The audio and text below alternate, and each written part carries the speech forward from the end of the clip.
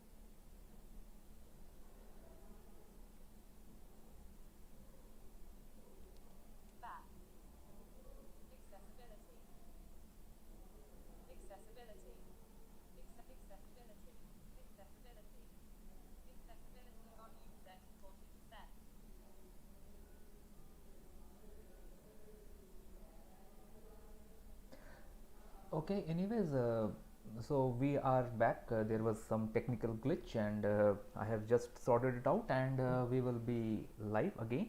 We are live, I hope. Anyways, so in the last class, we had quite good discussions regarding the constitutions. We had, and around with, we had certain cases to be looked after, and all these things, if we are to take it into consideration, that these things are actually very interesting facts which we had already studied. Okay, so now we will be actually doing with the next topic where we will be going. Okay, so let's start with the class today. So we will start with the constitution as an introduction. We had already done certain things, like if we are talking about, it is, yes, it is world's lengthiest written constitution in the world, and it has got more than 395 articles, and it has got 22 parts and 8 schedules. Okay, so if we are talking about this thing, that okay, it is now the constitution, around we had got around 470 articles, and it has been divided into 25 parts and 12 schedules. Okay, so now if we are talking about the latest amendments which we had taken place, so there were around 104 amendments till date. Means if we talk about till 25th of January, 25th of January, we had around 104 amendments. And uh, and the constitution, if we talk about, we have already had around 124 amendment bills have been passed. Okay, so we will talk about what are the amendments and what are the amendment bills in our later classes.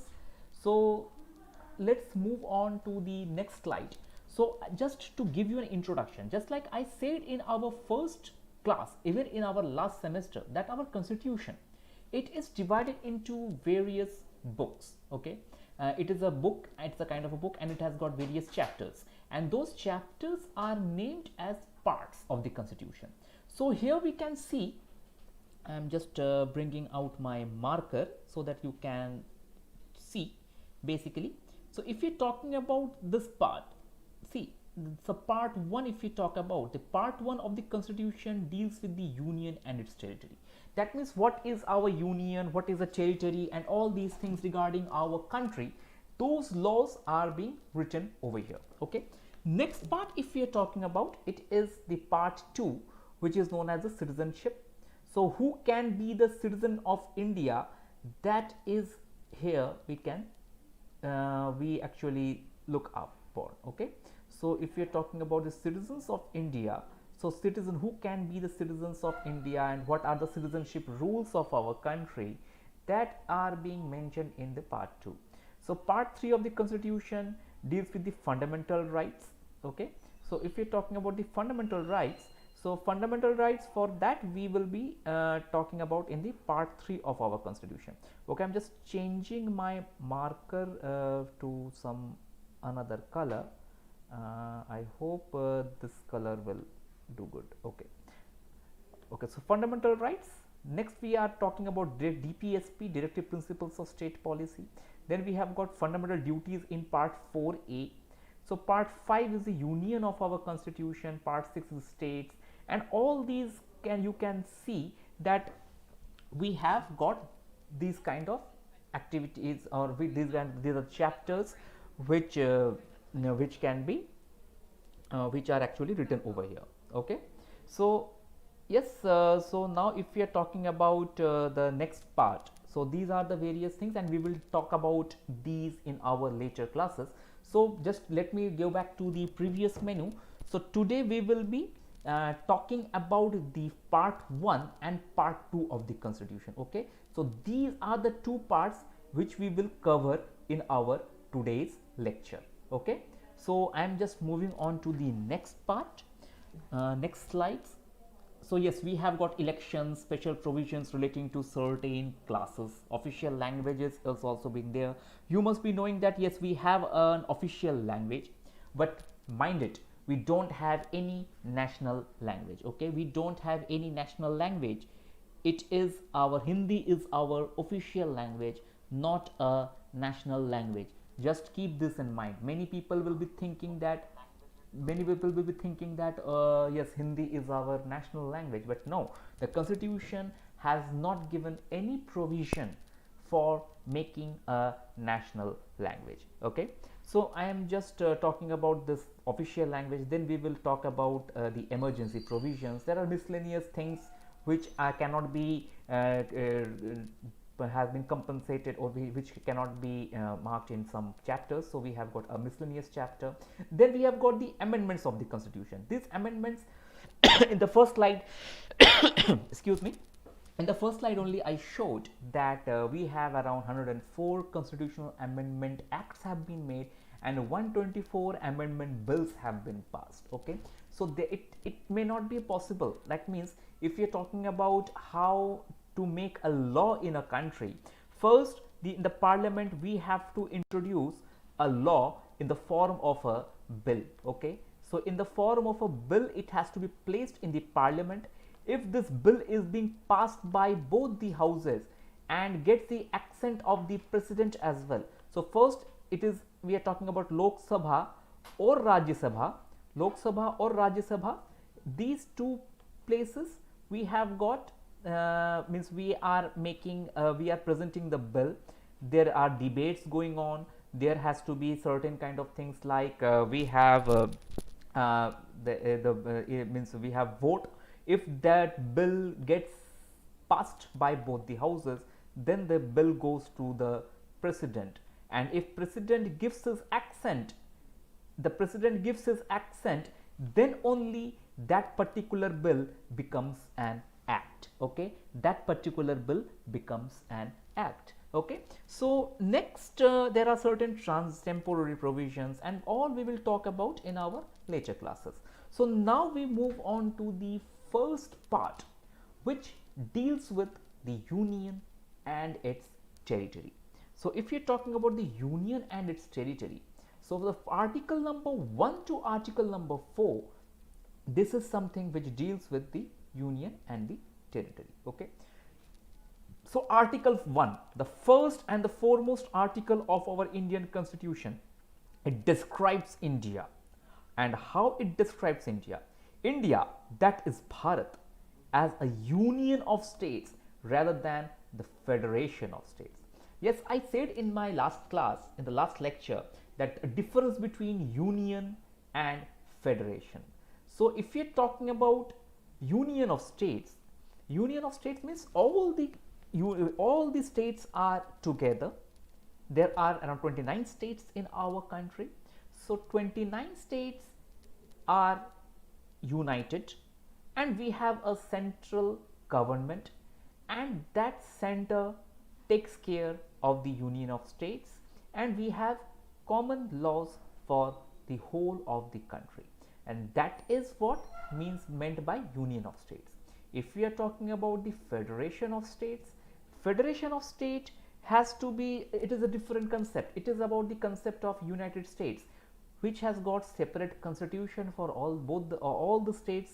It has got different citizenship citizenship criteria, citizenship laws, and there are various laws which are different from one state to other. But in India we have a unified laws for whole of the country. So that's why we India as Bharat is actually described as the union of states. Next we go, sorry, there is trademark, just a minute. Okay, so next if you talk about the article 2, it grants two power. Okay, it grants two powers to the parliament: power to admit into the union of India, that is new states, or power to establish new states. Okay, these two are different things, mind it. If you're talking about power, if we are talking about power to admit into union of India, that is new states, if you are talking about, what does this mean? This means that India can acquire a piece of land which is not inside its boundary and claim as their own, just like I am giving you an example of a state named Sikkim.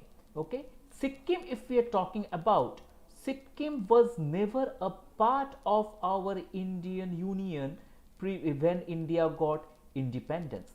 Sikkim was an independent kingdom which was ruled by a king, and in 1975, in 1975, Sikkim became a part of India. Sikkim became a part of India, and that was the time when Article 2 was invoked, and this was the time when we acquired a new piece of land from, that is in the form of Sikkim, and integrated with the Union of India. And this is how Sikkim became a part, and with this we have got this article number 2. Okay, article 2A basically deals with Sikkim. Now if you talk about power to establish new states, what does this mean? If you are talking about power to establish new states, that means like Telangana was formed from Andhra Pradesh. So if you are talking about Telangana, the formation of Telangana, then what happened basically? Telangana, there was Andhra Pradesh was divided into two different states. One was the erstwhile Andhra Pradesh remained, and then Telangana was formed. If you are talking about how the Uttarakhand was formed from Uttar Pradesh, that is also a typical example how we gather new states. In the past also we had divided various states based on various criterias, and this is how we can make a new state. We can divide an erstwhile state to make it two different states, and that is what article number 2 deals with. Okay, so article 2 basically does two things. First, admit someone inside our country as a new member. Secondly, they can divide a big state into two parts. Okay, so I hope I have made myself clear regarding this. Next, if we are talking about actually what happens is this article number 3 can actually, that will be the time when how we are going to make a new state. These are the laws are being made from here.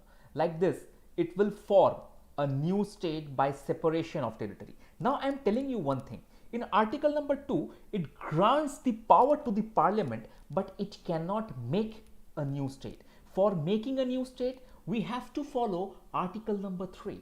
And here we can say that, okay, a new state can be made by separating of a territory from any state, or by uniting two or more states or parts of states, and also by uniting any territory to part of any state. So this is how we are making a new state, and these are the laws. Means if we are talking about the article number 3, that deals with making of a new state, and how they will make, you can actually see from here.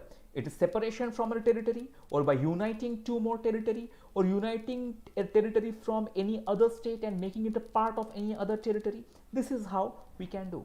Just like if we talk about the state of West Bengal, we had given away a part of the land to Odisha and part to Jharkhand, erstwhile Bihar, so that, and that is how our West Bengal's state boundary was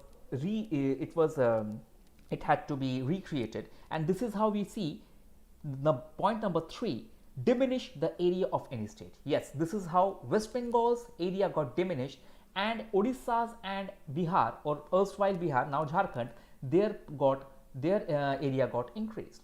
And this is how we are altering the boundaries of a state also. And now you see, alter the name of any state. Yes, we have seen that there has been a lot of talks going on, how to change the name of the state of West Bengal to Bangla or Bengal, something like that. And if that happens, it will be under article number 3, which will authorize the parliament to do so. And if we're talking about how this thing will be happening, a bill has to be placed in the parliament only with the prior recommendation of the president. And after president gives his nod that okay, we can have a debate on this bill, that whether we need to change the name of the state or we need to change the area of the state. This is how this is how the parliament functions, and as per as the recommendations or the laws enlisted under article number 3, these things are being done.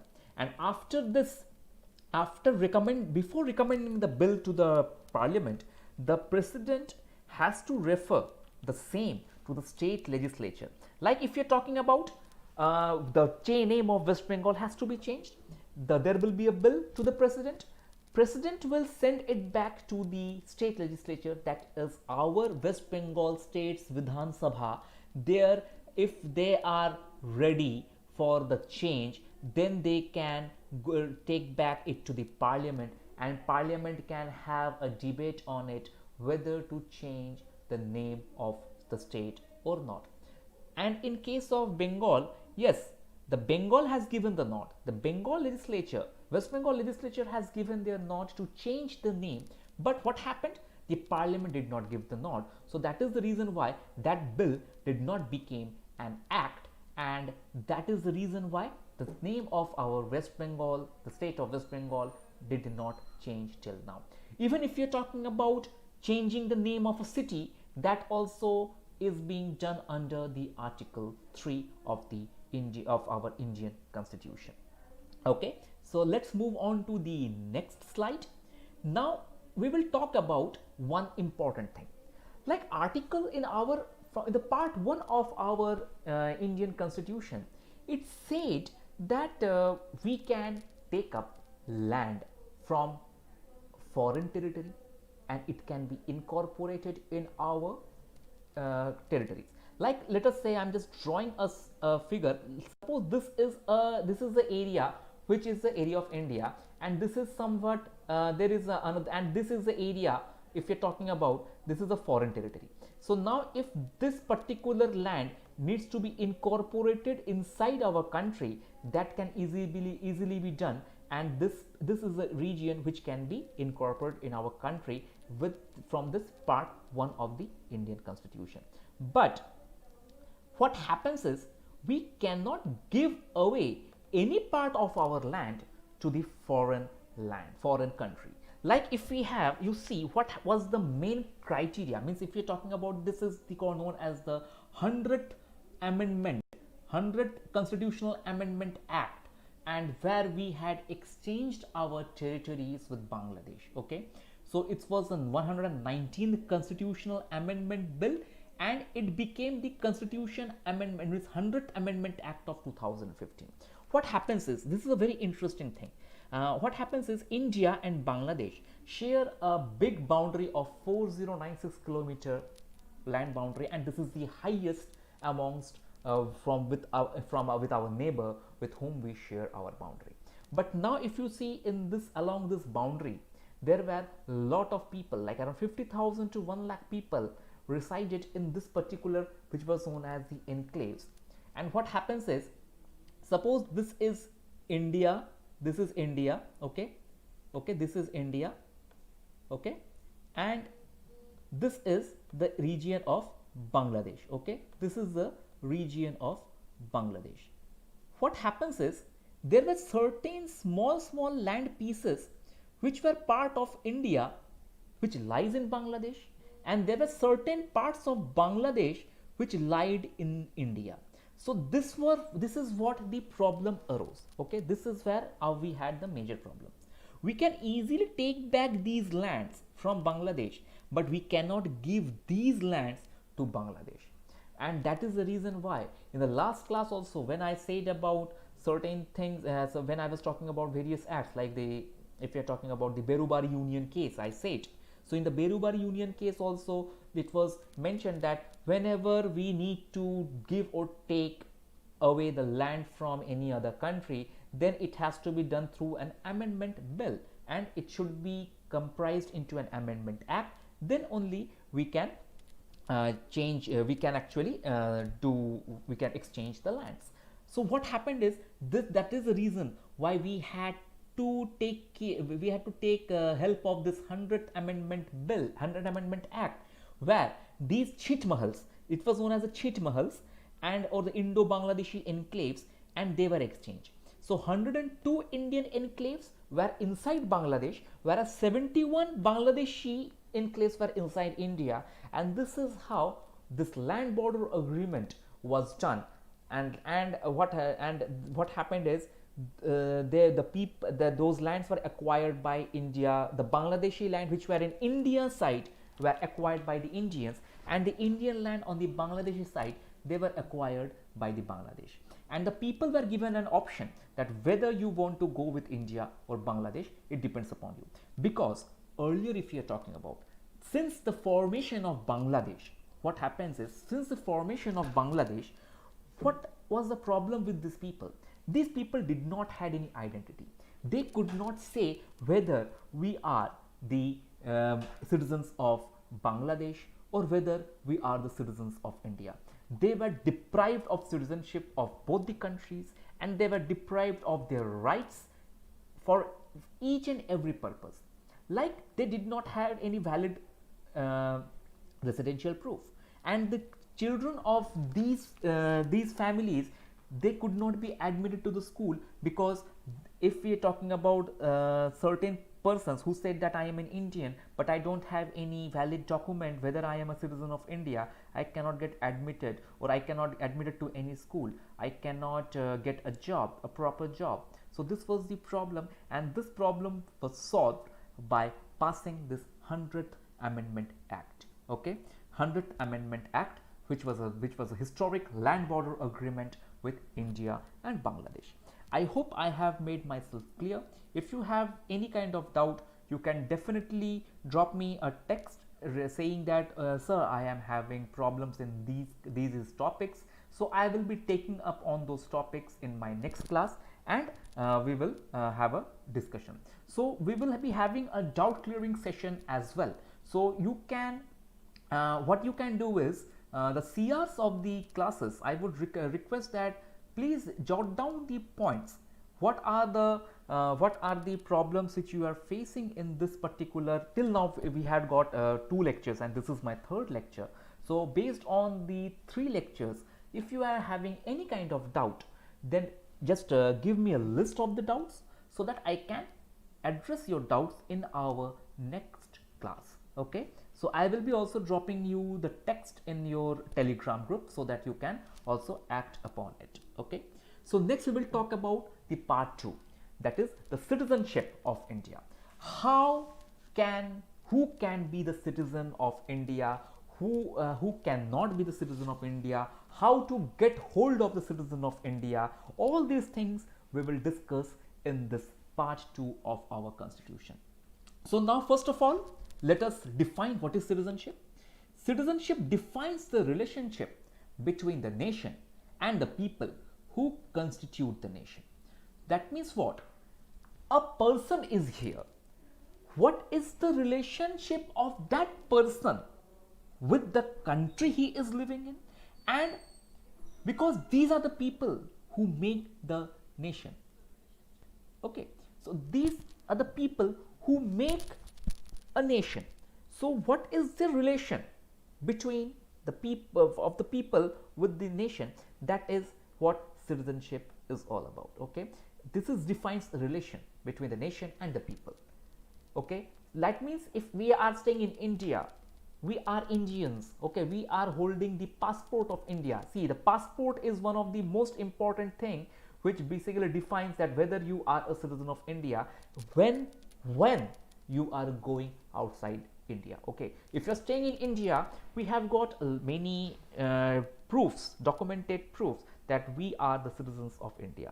But while we will be going to any other country, that will be the time when passport is very, very essential. And every country has passports, and with the help of the passports, we can say that from which country that person is, if that person is in a foreign land. Okay, so now who can be the citizen of India? Number one, every person who has a domicile in the territory. What do you mean by the domicile? Domicile means the son of the soil. So if you're talking about the son of the soil, if a person is the son of the soil of the state of West Bengal, or if a person is a resident of the state of Punjab, Jammu Kashmir, Tamil Nadu, whichever state he is, whichever place which he is living, and that is the territory of India, it lies within the territory of India, and who has been born in that territory, that person can be the citizen of India. That means a person born in the land, any piece of land which is a part of India, can become the citizen of India. Next, either of whose parents were born in the territory of India. That means either the father or the mother of the person who is born in India, that they also were born in this country, and who has been ordinarily the resident in the territory of India for not less than 5 years shall be a citizen of India. Ordinary resident means if you say that I am living in India and I don't have any kind of documents whether to prove here, but everybody knows that I'm staying here in India for at least minimum of 5 years, I can be the citizen of India. So I will be talking about other laws, how we can be and who can be the citizens of India, and what are the laws regarding the citizen of India in our next slide. Let us say who can be the citizen. Okay, persons who migrated from Pakistan after March 1, 1947. After March 1, 1947, but returned to India under permit of resettlement. Okay, just coming to India from Pakistan wouldn't have sufficed to become the citizen of India, but they have to have a permit that we are the refugees and we need to stay in India. They can only become the citizen of India, and this happened when India and Pakistan got separated, and lots of refugees came to India with the intent to settle in India. They have left their lands and in the newly formed nation of Pakistan, and now they have come to India, and this is how they were starting to stay in India, and they became the citizens of India. Next, any person who or either of whose parents or any of whose grandparents were born in India. Let us say I am here. My parents were born in India. My grandparents were also born in India. So by that means I am naturally a citizen of India, and for that I don't need any documents, because I have the documents are of my parents and my grandparents, because they were originally the citizens of this country, and with their citizenship, as they were the citizens, they are the citizens, I am bound to be the citizen of this country. Okay, that means if any person whose parents and grandparents were born in India, okay, this is how we can say that.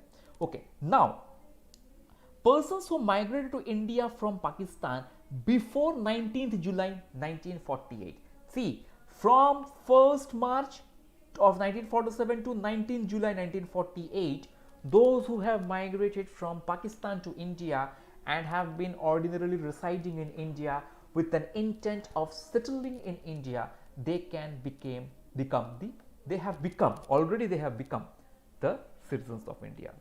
And these are the laws. Why these things are being written? Because they were written at the time when we had our constitution was being made. Now,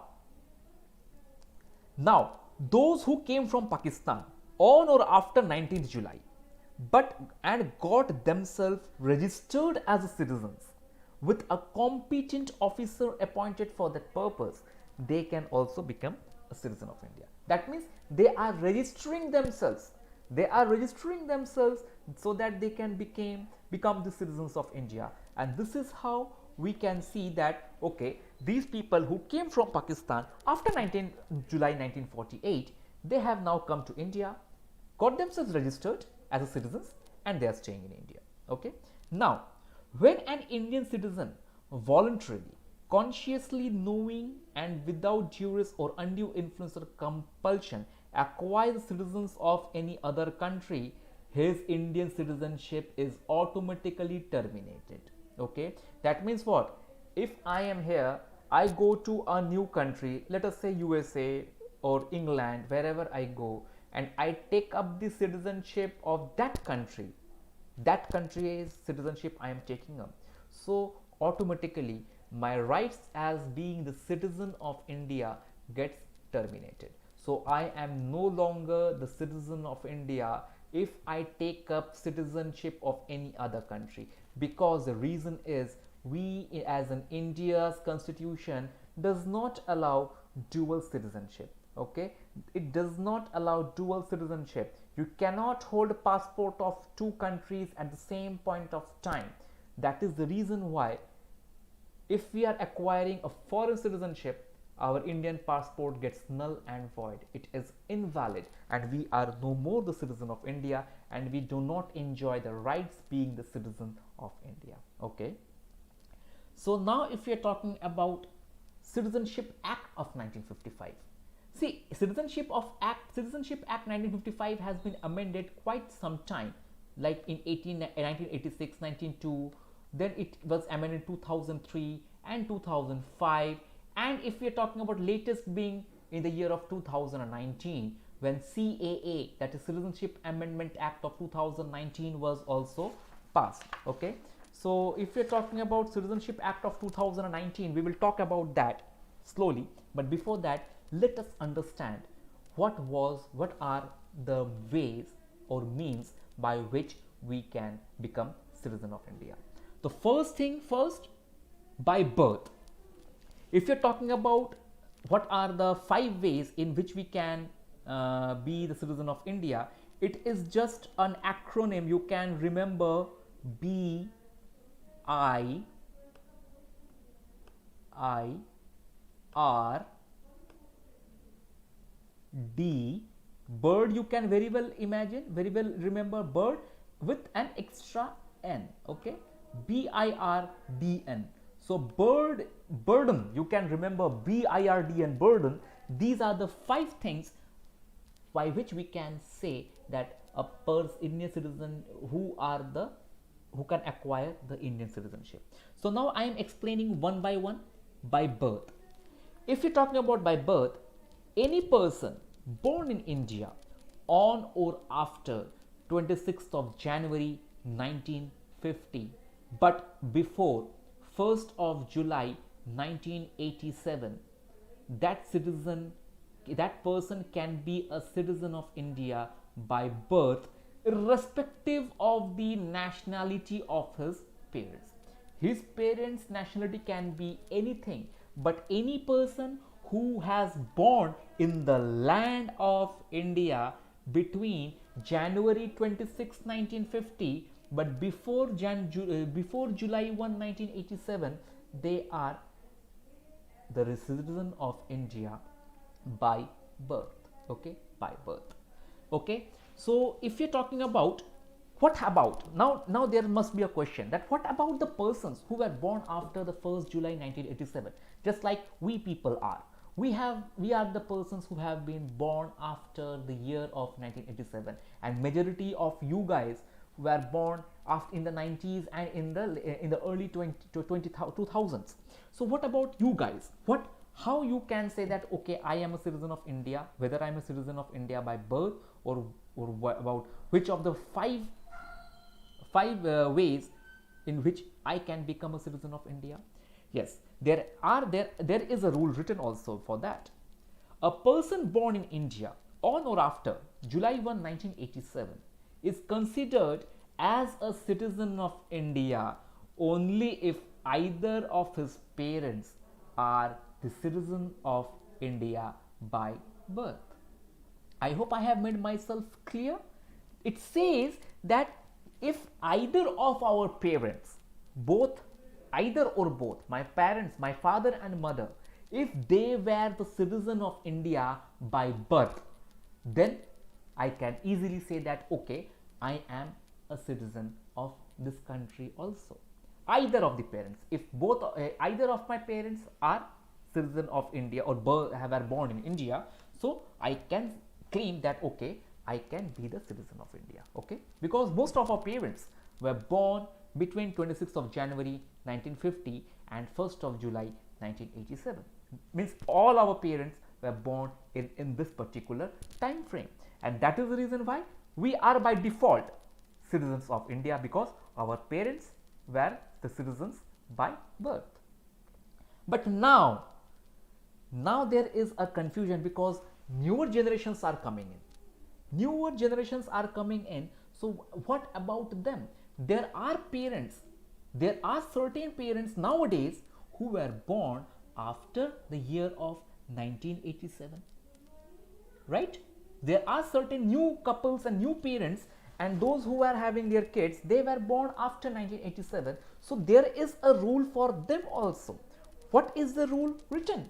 It is said that those children born in India on or after December 3rd, 2004 are considered to be the citizens of India only if both their parents are citizens of India, or one of whose parents are the citizens of India and other is not an illegal migrant at the time of their birth. Okay, we will talk about the illegal migrant when we will talk about Citizenship Amendment Act of 2019. It says, now we are talking about those who were born after December 3, 2004. For them, both their parents has to be citizens of India by any means. Okay, I have already said it is a trickle down effect. First we said that okay, born in India. Next, parents were born in India. Now third generation, okay, their grandparents are also born in India. Now you see why I said about the grandparents. Now if you talk about the grandparents, then comes the parents, okay, then comes the parents, okay, and then comes our generation, okay, our generation. So those who were born after 3rd of December 2004, their parents were automatically born in India, has to be born, and their grandparents were also born in India. Okay, their grandparents were also born in India. So this is how we say that we are the citizens of India if we are born after 3rd of December 2004. Okay, so now the parents, if we are talking about father and mother, either both have to be the citizens of India, or one can be the citizen of India and the other parent should not be an illegal immigrant to India. That means that person has to take up the citizenship by integration or registration. Okay, integration or registration. Okay, so now we are talking about registration part. Okay, so now we are talking about the registration part. So if you're talking about the registration part, okay, first of all let's talk about the integration part. Okay, so if you're talking about the integration means incorporation of a foreign territory. Like I said, Sikkim, which was not a part of India, that became a part of India. So what will be the nationality of the persons residing in the newly formed state of Sikkim? Yes, as the territory has been reclaimed, it has been claimed and it became a part of our country. That means the people of Sikkim the territory of Sikkim has become the citizens of India. This is how the integration had happened. Now, if you're talking about registration, okay, so if you're talking about registration, registration means the central government, they give an application as a register to those people who are not an illegal migrant, but there are certain categories under which these people can apply for the citizenship of India. That means the first step, I will give you this document, okay, I will give you the detailed document in your Telegram and WhatsApp, okay. So just now try to understand what I am going to say. I am saying these things very slowly, okay, very slowly I will be covering up, okay. So now if we are talking about the registration part, there are certain things, like if you're talking about a person coming to India from outside, staying in India as an ordinary resident for 7 years, and after that he makes an application that he is being staying in India for past 7 years, and he has been reissuing his visa so that he can continue his stay in India for a longer period of time, and after 7 years he is eligible to make an application so that he can become the citizen of India, okay. And for this purpose I will be giving you an example of a very famous singer who became the citizen of India. You must be remembering Adnan Sami, right? Adnan Sami, the famous Pakistani singer, who is now a citizen of India. And how he became the citizen of India, because there are certain things which he had fulfilled. Like he was, first of all, he was staying in India for more than 7 years. Secondly, he has contributed in our country a lot, especially in the field of music industry, and he has enriched our music industry culture, and it was his contribution towards the country of India for which he became eligible to be the citizen of India. And this is a perfect example. If we talk about Adnan Sami, he is the person in the recent time, we can say, who has become a citizen of India by registration. Next, if we are talking about a person of Indian origin who is an ordinary citizen of any country or a place outside undivided India, okay, like means I am a person of Indian origin, okay, because my parents are Indians, okay, but I am staying in other country for various reasons, okay, because I have been working for a long time, okay, maybe I have taken up I had taken up a citizenship of, let's say, USA. So that means what, if I have taken up the citizenship of USA and if I want to get back my citizenship in India, then what I have to do, I have to just come back to India and say that, okay, my parents are of Indian origin, so I want to have myself registered as the citizen of India. Because there are certain people, there are various people who are working in the IT industry, those who have gone to on-site in USA, and USA has a very typical or very peculiar citizenship laws. Any person who is born in the land of USA has already become the citizen of USA, okay. That means even if let us say the parents, they are just over there on green card or green card holders, and they are not the official resident of USA, but their child who was born in USA can become has already become the citizen of USA, not the citizen of India. But when the parents will come back to India, what will be the citizenship of that kid? That kid is already a citizen of USA, so he or she can on the behalf the parents can say that, okay, my child is a citizen of USA, but I am an Indian and I am an Indian origin person, so I would like this kid to have been the citizen of India, okay. So this is how the citizenship laws are there. So there will be other things I will be sharing. So these are the things which slowly and slowly I will be talking about. And another thing, that's interesting thing, a person who is married to the citizen of India and is residing in India for 7 years, that person can also apply through registration. Okay, with the help of registration, that person also can apply the citizenship. Okay, so now I am talking about the naturalization.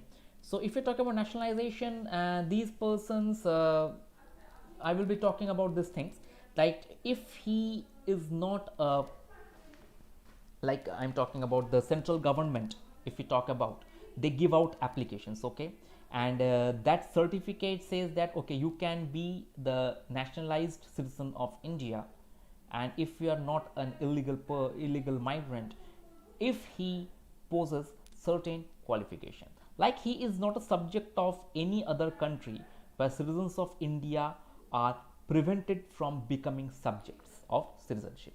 Like means there may be few countries where Indians cannot be the citizens. If that person is from those country, that person cannot apply for the citizenship of India. Okay, so I will be giving you out a handout so that you can go through it, and we will talk about it. If you have any kind of doubts, we can definitely come back to it and explain it in details. Okay, so now Citizenship of Act of 1992, it is being said that the child who is born outside India, and if his mother belongs to India, can have Indian citizenship. Okay, a child who is born outside India, okay, let us say in any country, but mother is from India, that child can have Indian citizenship. Okay, I hope I have made myself clear. The father need not to be Indian, but the mother has to, if mother is Indian, the child can be the citizen of India. And before this act, that is if you talk about the Act of 1992, any child born outside India could acquire citizenship if only if his father was a citizen of India. That means if mother is a citizen of India, prior to the Amendment Act of 1992, that kid could not become the citizen of India. But now, if father or mother, any of the parents are the citizens of India, they can have this citizenship. The kid can have the citizenship of India. Okay, so let us move on to the next slide. Now I will talk about Citizenship Amendment Act of 2019. I hope we have some time, so I will be just starting with the Citizenship Amendment Act in details. Not in details, I will just give you an overview, and in the next class we will talk in details about the CAA. Okay, so if we are talking about CAA, prior to that we need to understand what was there in the Citizenship Act of 1955. So if I'm talking about this quoted thing, this thing has been taken up directly from the Constitutional Amendment Act, which is now a part of our constitution. Okay, so I am just giving you an thing what it is being said. It says that any person belonging to Hindu, Sikh, Buddhist, wait a minute, where is my pen? Okay, Hindu, Sikh, Buddhist, Jain, Parsi or Christian community from Afghanistan, Bangladesh or Pakistan who entered into India on or before the day of 31st day of 2014 and who has been exempted by central government, saying that they are not illegal immigrants and they have got valid passport and everything, they have got valid documents from the other country, they can become the citizen of India without staying in India for a period of 7 years. Because earlier I said that in order to be the naturalized citizen of India, you need to be staying in India for 7 years. But this was the case when CAA Act was made. It was reduced from 7 to 5 years for which communities? For Hindu, Sikh, Buddhist, Jain, Parsi or Christian community coming from Afghanistan, Bangladesh or Pakistan. Okay, so this was the and they will be not treated as illegal immigrant. They will be not treated as illegal immigrant for this act. And there was a lot of furor inside the country. Many people started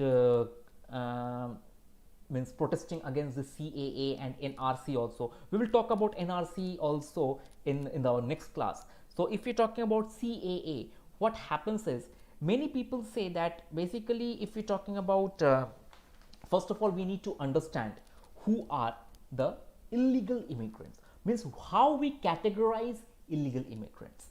Illegal immigrants are those foreigners who enters the country without valid travel documents like passport, visa, or even if that person has a valid passport and visa, but whenever you are entering any country on a valid visa and passport, it is for a limited period of time. When you cover up that limited period of time, then what happens? You are staying there as an illegal immigrant, illegal person. You are illegal person, and if you are being caught, you will be deported back to your home country. Let us say that I have got a visa for 3 months and I am going to USA, and if I am overstaying more than 3 months, then I became an illegal person staying in USA because my legal time was only 3 months. I have overshot my stay. So this is how illegal immigrants are being categorized. And in India, if we talk about, illegal immigrants are put into jail or deported, and under a special act which is known as the Foreigners Act. Okay, this Foreigners Act is there. Now we will talk about these illegal immigrants in just details. Now illegal immigrants, if we are talking about, the illegal immigrants are not eligible to seek Indian citizenship. Okay, they are not they cannot seek in citizenship because they are staying here illegally.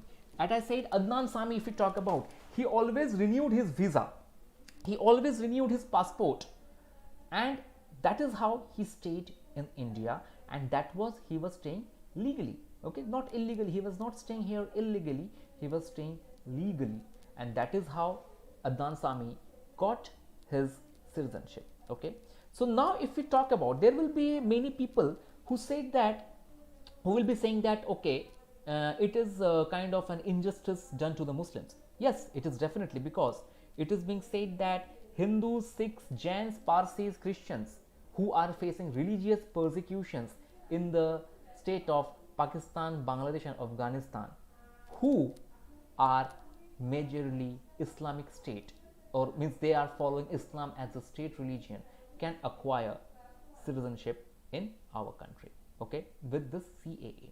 But there are certain classes of Muslims who face a lot of lot of problems even in these countries. Like if you're talking about the Shias, if you talk about the Balochis, if you talk about the Ahmadiyas, these sects of Islam, they are not welcome in Pakistan, okay, and they are facing persecution, and they are being harassed by the country for a normal period, means for a, since this problem has started.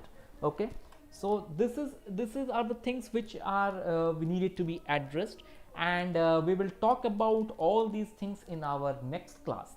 And in the meanwhile, I will be circulating the attendance list, which will be active till 1 p.m.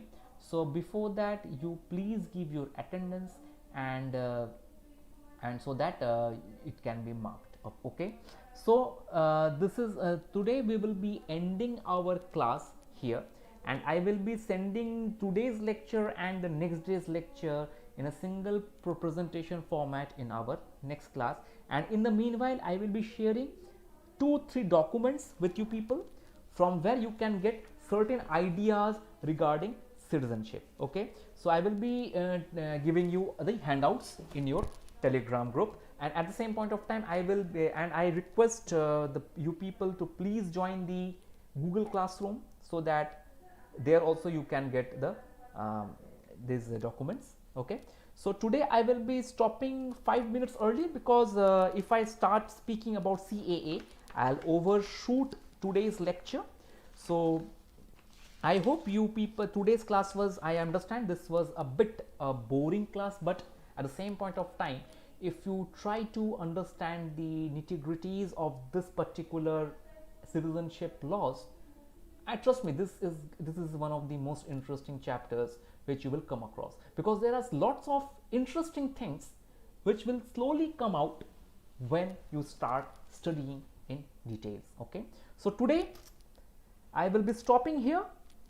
Okay, so thank you everyone, and I hope you people are having nicely, you people are stay safe and healthy. Okay, you people are safe and healthy. So I hope you will be doing good in our next coming few days, because things are not in a very good position, you can already see, because of the pandemic situation going out there. So I request everyone to stay safe in your home, study hard, and at the same point of time take out some time for recreational activities, so that you people don't get bored. Okay, so I will be sharing the attendance list in your Telegram group, so that you can fill up your attendance from there. Okay, so I will be stopping here today. Okay, thank you and have a great day ahead. Thank you very much.